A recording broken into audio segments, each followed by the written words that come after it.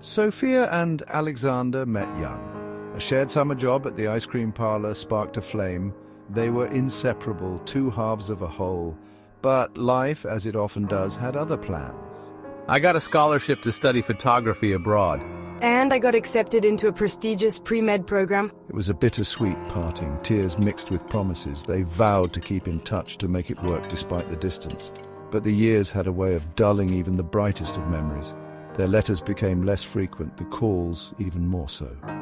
The silence spoke volumes.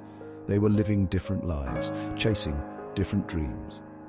Eventually, the communication ceased altogether. Life moved on, leaving behind a dull ache in both their hearts, a constant reminder of what could have been. The announcement echoed through the station. The 5:15 train to Willow Creek is delayed indefinitely. Sophia sighed, another delay. Her gaze drifted towards the clock, the red hand mocking her impatience. She was returning to Willow Creek, her childhood home, for her grandmother's birthday. It had been years since she'd stepped foot in the town, years since she'd allowed herself to think about Alexander. Willow Creek held too many memories, both good and bad. I wonder where life has taken him. Has he ever thought of me, of our stolen kisses and shared dreams? The thought brought a bittersweet ache to her heart, a poignant reminder of a love lost. Suddenly, a familiar laugh cut through the station's cacophony. Sophia's head snapped up, her heart pounding. Could it be? Years melted away as her eyes met his. Alexander, he stood there, older, more mature, but with the same twinkle in his eyes. Time had been kind to him, etching lines of character onto his face. His hair was longer now, streaked with silver, but his smile was just as she remembered it. He was looking at her with the same astonishment and disbelief. The years of silence dissolved in that shared look.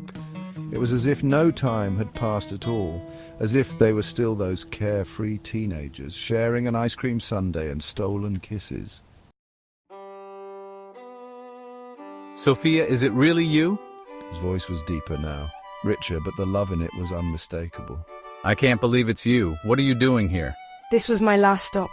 I came back to Willow Creek a few months ago. I even went to your mother's bakery, hoping to catch a glimpse of you.